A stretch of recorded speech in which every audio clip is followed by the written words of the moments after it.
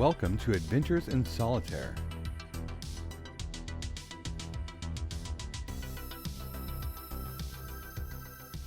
All right. So today I have with me one of my sons. He is the youngest. His name is Leo. If you've been watching my channel a lot, my name, of course, is Matthew. But I'll probably be referred to as Dad in this situation. So today, the purpose of what I'm hoping will be a series, of course, part of that will depend on him, is that I'm going to show what it looks like to teach a solo system with somebody who's never touched solo before. And my hope is that it will generate answers, it will generate questions and answers to some basic things. And as we kind of play through, it will end up maybe answering questions that even some of the maybe not so seasoned people, but people that have had some experience of solo may have to ask. So if you have never watched solo role playing, never done solo role playing before, then this might be a very good intro for you. He is very young. He's a preteen, and he's never had any experience with role playing or solo role playing in a pen and paper format, and really otherwise.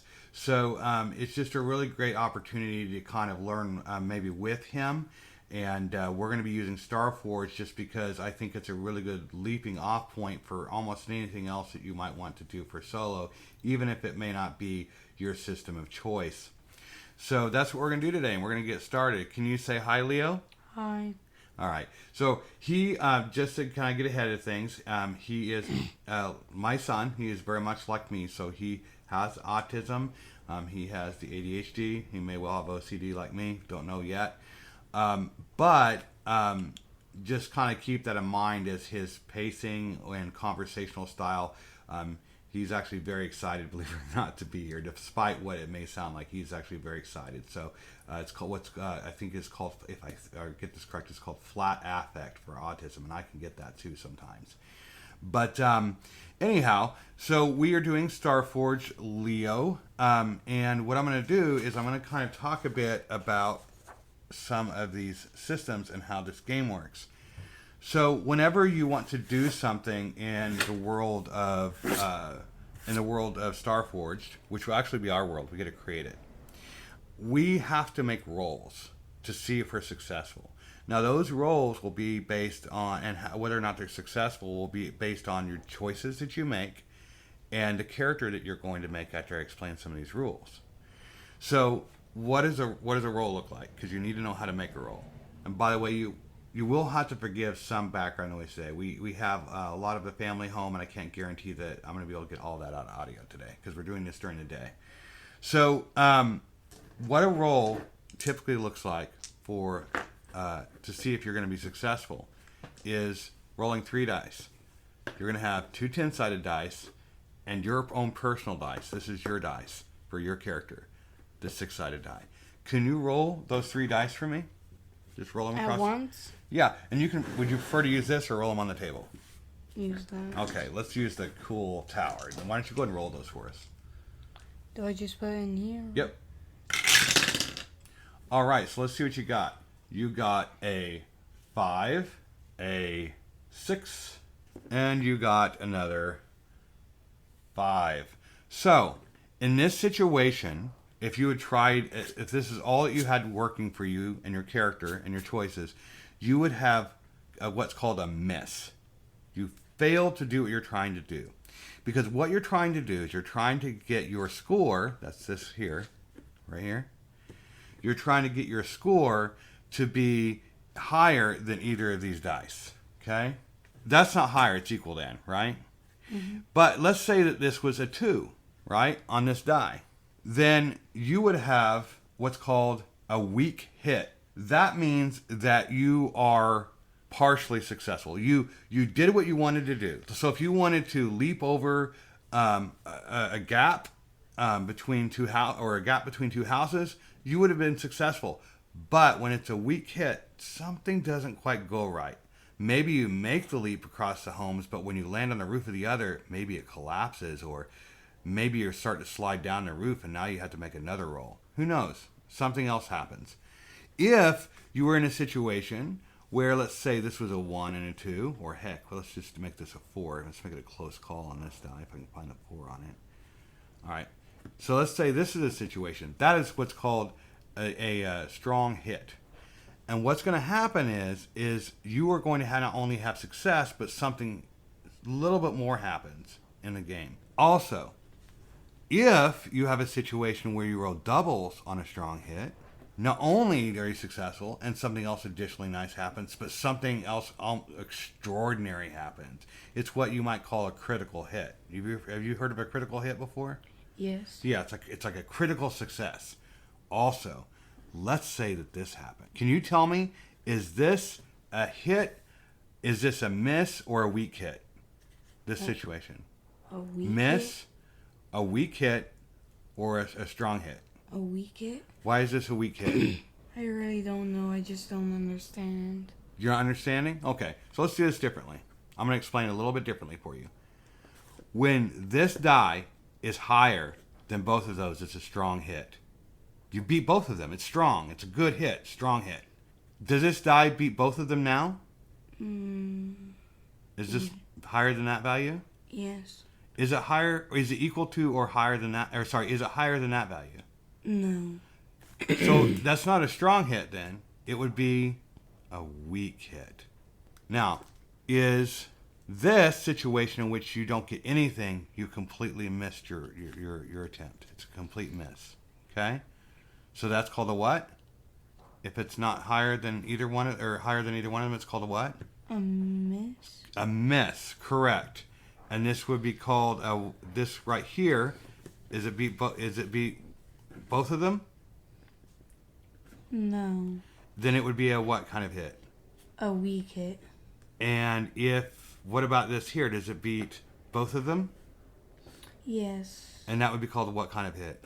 A strong? A strong hit. You've got both of them. Good.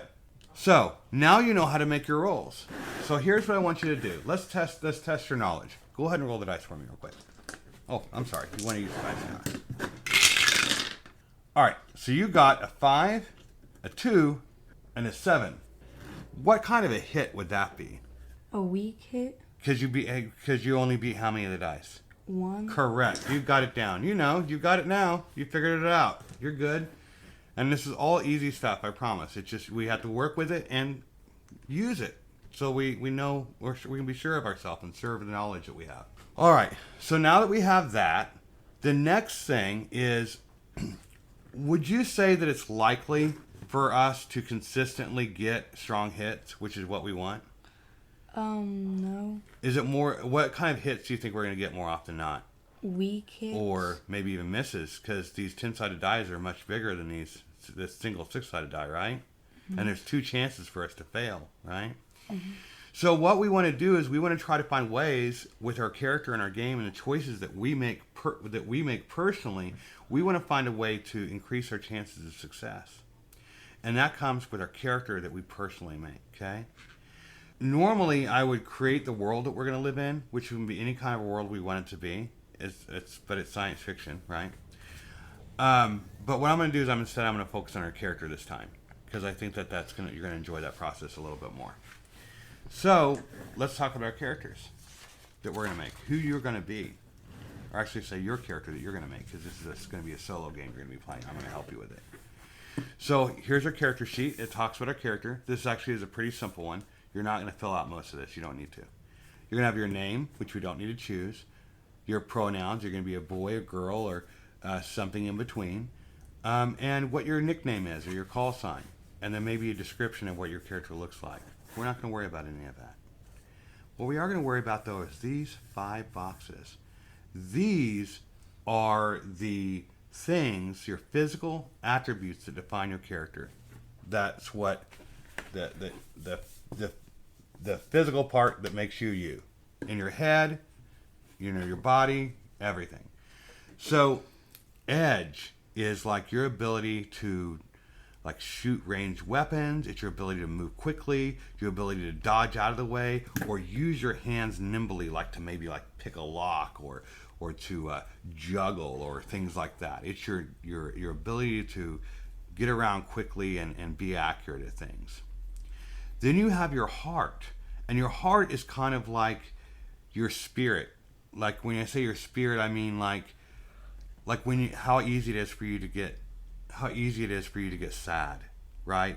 And how easy it is for you to stand up in the face of fear and to handle those situations. Iron is your strength and your ability to lift things and or close combat, right? So strength based stuff. Your shadow is your sneakiness, like sneaking around and trying to sneak up on somebody or pass security. But it's also your ability to be able to trick people into believing things that might not necessarily be true. That's also sneaky, right? Not being necessarily honest, right? And then we have our wits, and this is your intelligence, your ability to be creative and come up with unique solutions to situations. So here's how this works. You get 5 numbers. You get a 3, you get a 2, you get another 2, a 1, and another 1. And what's going to happen is you're going to assign each of these numbers to one of these. The number that you assign, when you would use, let's say you're going to shoot a gun or a bow, right? Or something like that, or throw something, and you were to use edge and you put 3 in edge, whenever you make this roll, You add 3 to it? you just add 3 to it because you are using your edge, right? On the other hand, let's say you had a 1 in edge, then you just add 1 to it. These values will never go up. Your character will grow and get more powerful, but not here.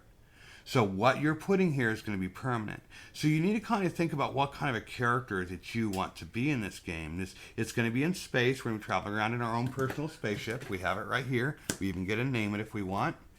There's its name. Okay, right? And so you're going to be going to all sorts of planets, having all sorts of situations. What kind of a character would you like? What do you want your character to be good at? What's his job? What does he do to earn? What is his job? What does he do to earn money? Would you like some help? I would think more like bounty hunting. Oh, so you're kind of like a mercenary to take on jobs. Or do you want to just be a bounty hunter that tracks down criminals or people that pay you money to track down who you're going to track down? Just bounty hunting, like head hunting? Or are you going to be doing like mercenary work that's just kind of like whatever you can, what people will pay you to do whatever to get things done? What are you going to be doing there, do you think? Like a mercenary, maybe you need to go... A mercenary. So that might include, by the way, a mercenary. Hey, we need you to sneak in and take and disable this security system on this base, and we'll pay you this amount of money to do it. That's kind of like a mercenary. Or we need you to disrupt the supply lines in your starship. Does that sound like a good idea? But also headhunting too. It does sound So you're going to be a mercenary. So what I'm going to do, just so we don't forget, is I'm going to write down the characteristics. I'm just going to write down mercenary.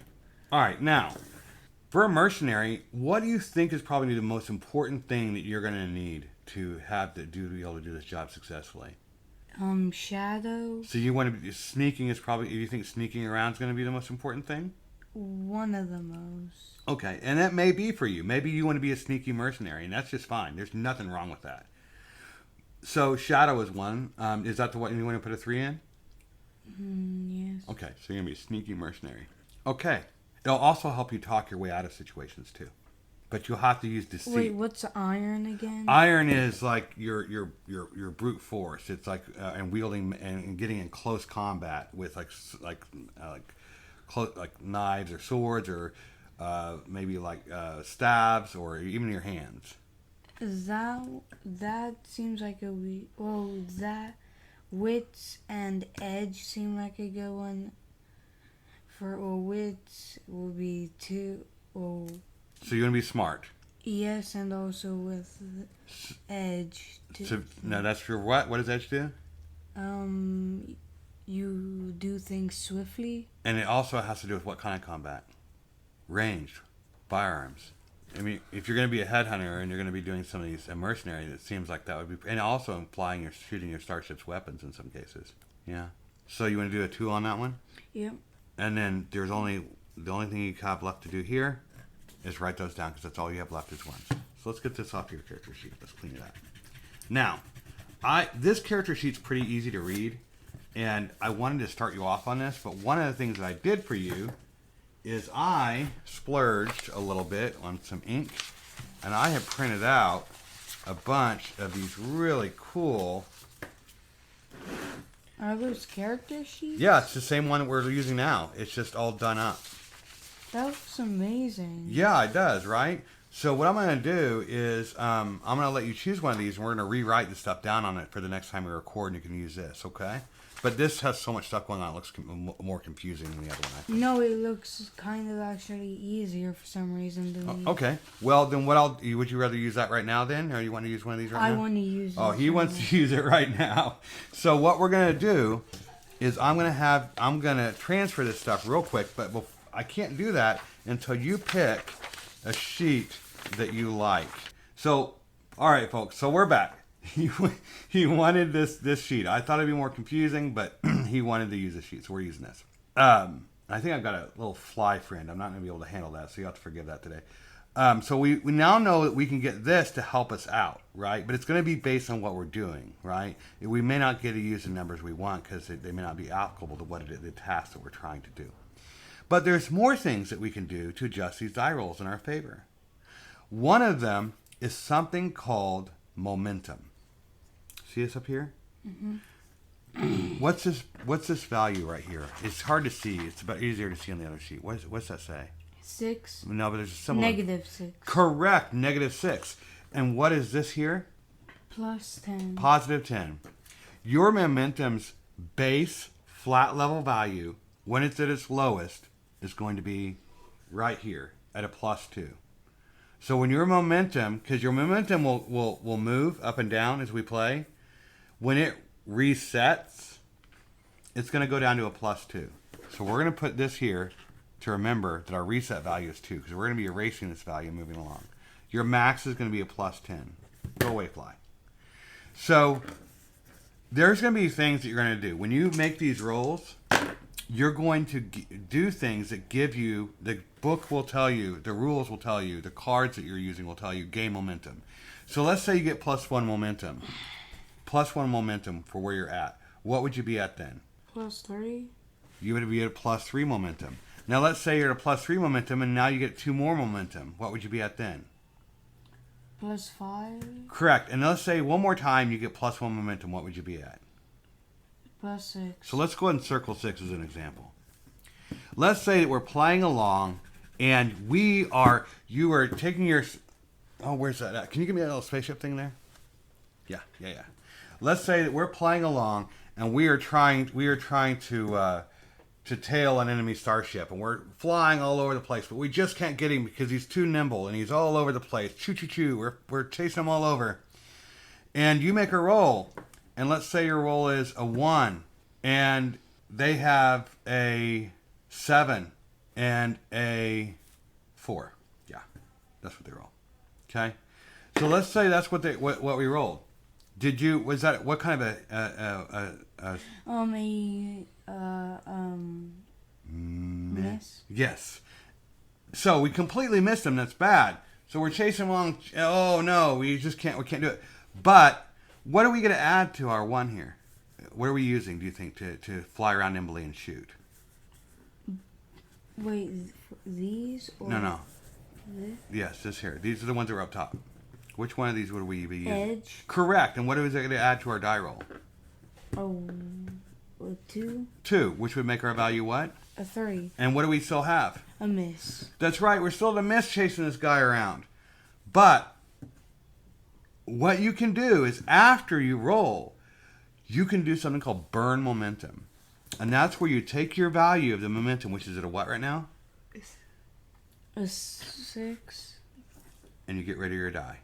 And you use a 6 instead. And then you add your edge, which would be a what? 6 plus 2 is what? An 8. An 8. And what would that be, an 8? A strong hit. A strong hit. Now you turn a miss into a strong hit, and boom, you got him and you shot him out of the sky. So you use your momentum that you've been building up through your actions to finally get what you wanted. And you can do that after you make a failed roll. You don't have to guess and do it do it before, but we're going to set that there. Okay, so you've learned about how we can adjust our die rolls. The next thing we're going to do for our character is we're going to give it its health, which starts at 5, its spirit, which starts at 5, and your supply. What does the spirit mean? Sure. Well, what do you? Let's do this. What do you think health means? Your condition, right? Yeah, like how your hit points, kind of like, right, in a game, your health. Okay. And spirit, what do you think that might be? Will. Yeah, kind of like that. Yeah, it's like your ability to, like, let's say that somebody you care about like gets hurt really bad and you don't know if they're going to live. Your spirit might drop from that. And then let's say you keep fighting and you're losing and you just can't get ahead. Your spirit might drop. And so as bad things happen, Do we just roll a dice to see if we lose like spirit? Sometimes, yes. Sometimes we do. In fact, a lot of the time we do. And then sometimes it's just pretty obvious that we have to lose spirit. You'll see how that works. Supply is really unique. So it's basically a way of determining anything that you might have in your character. Like, let's say your food, your water, your ammunition. It could be rope. It could be just basic supplies and equipment. Sometimes it can even be like a small spare weapon or something you may have. That's what supply is. Okay, it's just your general equipment. And if you need to know if you have it, you can roll on it. What are these? Are you? Sure. These are like bad things that can happen to your character that will affect your momentum, your base momentum, right? It will affect sometimes the things you can do as far as like how it modifies things. Oh, this one right here really caught my eye for some reason. Yeah. So these are related to spirit, and these are related to health. Health and spirit. Okay? This, battered and cursed, is actually in reference to, if I'm not mistaken, your ship, which I haven't had that happen to mine yet. All right, now, you start out with one card, and that's your ship, right? Mm-hmm.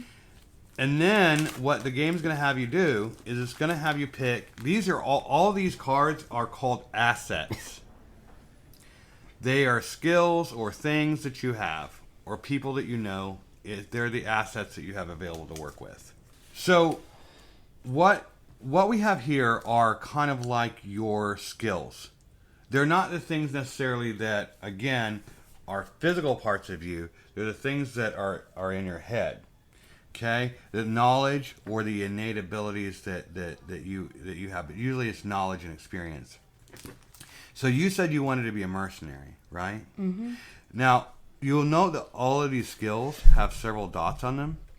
And that's because these are the levels. And everyone starts at level 1. So you won't just be getting a skill and you'll be done. You actually can advance it as your character gains experience. And you can get more. Wait, what are these little signs? So when you go to level 1 to level 2, you would fill in this so you remember that you're level 2. And then you would get this ability. Why would you do that on a card, though? We won't. Draw? Well, you're right. You're just like me. I wouldn't want to do that either. But there's different ways to handle that, and we can talk about that later.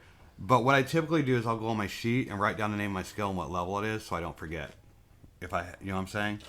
I also do that anyway. So if I put these cards back up for other people to play, or if I'm playing with other people, so I'll remember what cards my character had. Okay, so let's take a look at this. You have Ace. Says when you face danger or react under fire, do not worry about these words here or what these mean. As far as how it works in the game, we're just going to play it and you'll understand. It's really easy. When you face danger or react under fire, what is like right under fire or facing danger, by guiding your vehicle through it doesn't even have to be your spaceship. It can be any vehicle you're piloting. Through a hazard or out of harm's way, add +1 and take +1 momentum on any hit. So if you're successful, when you roll the die, you get to add a 1 to that die roll when you're doing those things. And you get to take an additional momentum on top of any other momentum you would have. Isn't that cool? So that lets you get you a bonus whenever you're piloting stuff. Do you think as a mercenary that would be important to you? Yeah. Does that sound like an interesting skill, or do you want to move on? It sounds like an interesting. So maybe we pull it out so we don't forget, and we'll just save that for our memory. Okay, you get to pick 2 of these, by the way. Archer, like bows and arrows, interest you? No. Armored. If you wear your finely crafted set of personal armor. So this is like it kind of looks like a Mandalorian character. Do you want to have anything to do with heavy armor? Yes, and also this right here caught my eye. Oh, bounty hunter caught your eye. Oh my gosh. Let's see if there's mercenary here. H-I-J. I've forgotten. You also have mercenary. Let's see what these 2 are. Remember, you only get 2. Bounty hunter says the following. When you take a bounty contract and swear a promise or a vow to see that contract done, add +1 when you do it. On a strong hit, you've got a solid lead and mark progress on your quest to track them down or get them. When you fulfill your vow on the hunt, make a legacy that's going to experience reward. 1 rank higher than you normally get. All right, and then so this is about taking just getting additional stuff and being successful on those hunts for the bounties. Mercenary, on the other hand, says this: when you agree to wage war or defend others from war in exchange for payment or promises, you may swear a vow or promise to see the mission done. If you do so, re-roll any dice that you may roll if you want to on that promise. When you finally fulfill the vow to do what you said you do, make the legacy reward rank 1 rank higher. So it's very similar to this one, except this one is just headhunting, and this one is defending people from like some sort of warfare. So what do you think? Do you like both of those or one of those? I like both of them. Okay. So let's set those aside. So this is someone who's skilled at knowing about life forms, and planet-side ecosystems. Which one? Naturalist, like a person that knows about nature and biology. Navigator. So this is like when you're trying to navigate through space or terrain. That one looks interesting. I agree, these are all important for your character. Outcast. That one for some reason just sounds bad. Well, it can be depending on who you are. Some people like to be. Basically, you're not around a lot of people. You've been cast out. So. Wait, what's scoundrel? Scoundrel. When you make a move by lying, bluffing, stealing, or cheating, you get to add a +2. On a strong hit with a match, your deception creates an unexpected opportunity. Take the value of your shadow as plus momentum. That sounds interesting. Scavenger.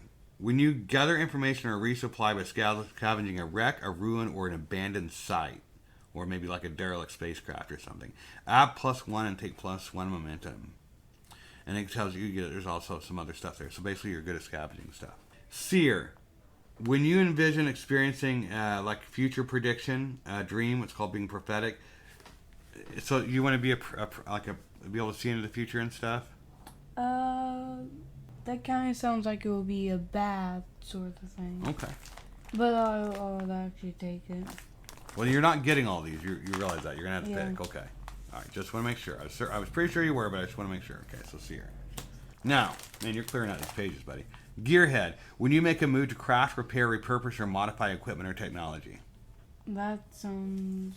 You like that one? Yes. I keep clearing out the pages. Gunner. If you wield a heavy range personal weapon, when you strike or choose to shoot it, choose one. You may pin them down and add 1 to your die roll and then take 1 on momentum when you hit them, or make them hurt. And you get to make an extra progress or a progress on the hit. That's a heavy weapon. So that would be like a two-handed, like... That one doesn't sound interesting. Gunslinger. Yeah. If you wield a pistol, when you would enter the fray, that's only starting a fight. That's nothing else. It's just starting the initial part of the fight. By facing off against your foe, you get to roll your heart, or by preparing to act by tipping them off, you get to roll your shadow.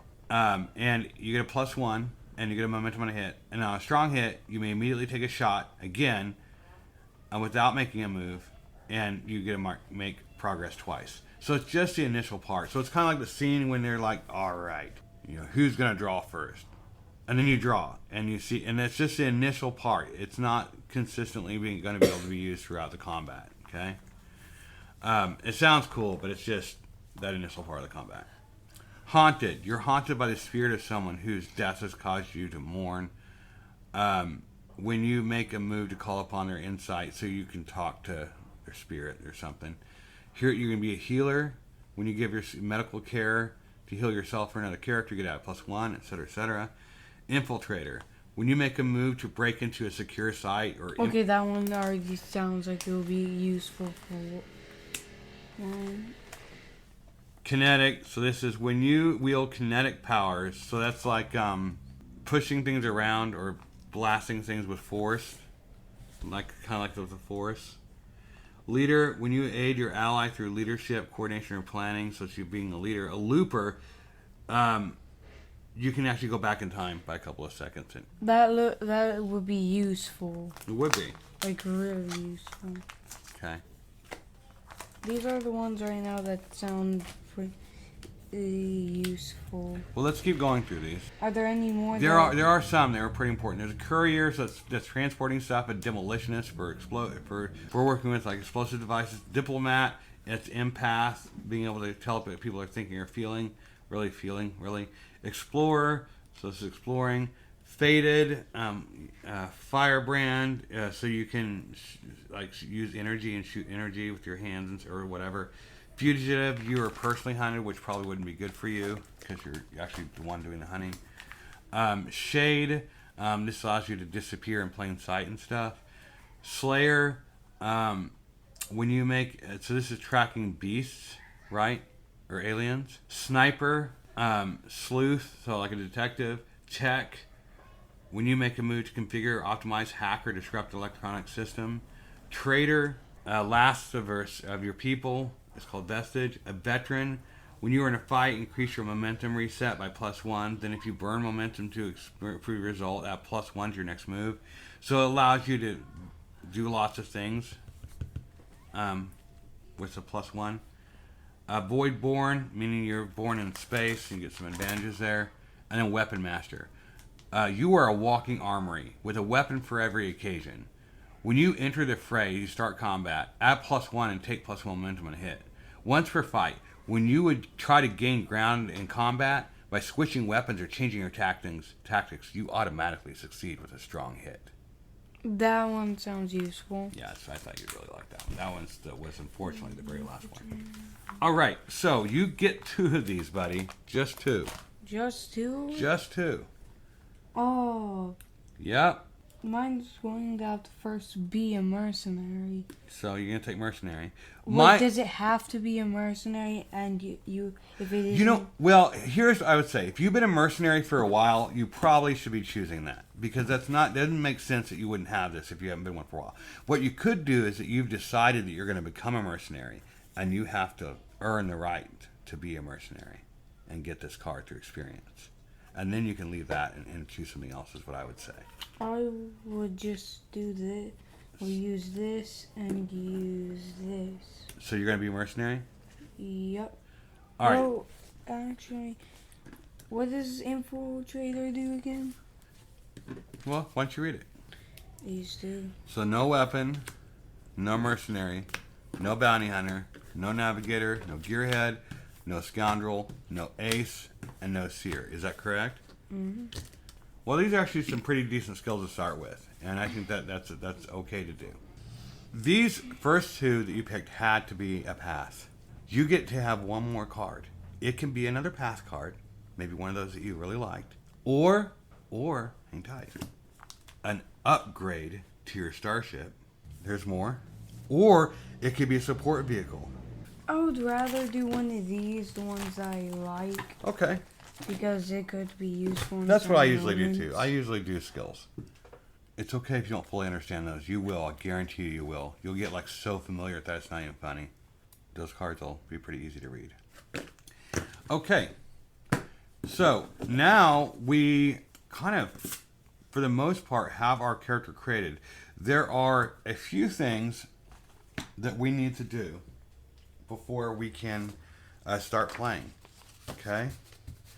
We need to do something called, we actually need to make an ally. All right, so you're going to have one contact, and we're not going to do that right now, but we're going to make a contact that we're going to create, and it's going to be one person you know as a source that you have of information, maybe even a source for your first job. Okay, your first job to try to become a mercenary. Does that sound like a good plan? You want to become a mercenary, right? Or no, that sounds good. Do you not want to be a mercenary anymore, or a bounty hunter? I want to stay a mercenary. Right, but you, I wouldn't say you would be a mercenary unless you had the mercenary card. But that would just be me. It would be hard to call yourself a mercenary if you weren't. I could just earn it. That's what I'm saying. You're going to start proving to people that you can be a mercenary, and then you become a mercenary with a card. Got me? Mm-hmm. Okay. All right. It's not. It actually won't be as hard as it sounds. I don't think. And you're going to have tons of fun. You're still going to be able to do mercenary work because you're going to have to do mercenary work to prove you're going to be a mercenary, right? Mm-hmm. Okay. And then the next thing that we need to do after that, and we can do this one now if you'd like, but actually it'd probably be best if we take a break because we've been doing this for a while. But we're going to have to do this truth workbook. And that workbook word makes it sound like homework, but this is actually a really cool, fun thing to do. We're going to do this. All it is questions and answers. That sounds like homework. It's not. It's not. So we're telling a story about the world we're about to... He's laughing over here. He thinks it's funny. It's actually telling us about the world that we're about to play in. And it's not actually telling it. It's telling us, it's asking us about the world. And so what we're going to do, it's actually just 13 questions. I know this looks like a lot of questions. It's not. It's actually just 13 questions. We're going to ask 14 questions. So, what was this horrible event that caused everybody to flee the galaxy that we're in? We don't know anything about our new galaxy yet, by the way. It's going to tell us how everybody fled the galaxy to a new one. It's going to ask us about what communities or towns, if you will, settlements look like in this new galaxy. It's going to ask about how we make our promises in this new galaxy. What kind of laws? Is there religion? Is there magic? Is there communication? Do we have like faster than light communication? Do we have to have ships sent out to deliver messages like the post office because we don't have communication anymore? What kind of how advanced is our medicine? Is there artificial intelligence and how much of it is there? Is there war? How much? Are there lots of life forms and what kind? Was there precursor civilizations, ancient civilizations that have come before in this new galaxy and that don't seem to be there anymore? Maybe there's even ancient precursor sites. We get to define that. And horrors. So think like Alien, right? You like Alien, right? Mm-hmm. Yeah. That's or like Lovecraftian horrors or something like I think in a movie like The Thing. Those are all horrors, right? So are there horrors or are there not? And that's really it. We're going to answer those questions, and it's going to basically allow us to understand what kind of a galaxy that we live in. Yeah? And then we're going to define our starting sector of space and the planets that are around and basically where you're going to be getting your work from. Yeah. Okay. So I think that's probably it for today. I think that we can probably move on from there. But you'll notice if we look at our sheet, there really wasn't a lot for us to fill out here. I do want you to, as we between this session and the next one, I want you to think about your name or maybe your nickname that you're going to have, and maybe what your character looks like, and maybe what kind of equipment and guns and things that he uses for his job. All right, so I think that's going to go ahead and wrap up for today. We are going to go ahead and do more of these because we need to get to the part for playthrough, and I don't know how much of the rest of the fill out that we're going to do on camera. I think some of it probably should be just so folks can kind of see how it's done, either for Starforge or just what that process looks like in general. So I don't know. We'll have to see. I'll just try to make the best move for everybody involved. But I want to keep him from getting burnt out. He's excited because he's actually already talking about looking up more information about these moves and how they work. So we'll continue here pretty shortly because he's going to want to do another video. I guarantee you he'll want to do it today for sure again, which probably won't happen. I appreciate you as always if you've listened this long. or not, as always. Thank you so very much, and we'll look forward to seeing you again soon. You can do it. There you go.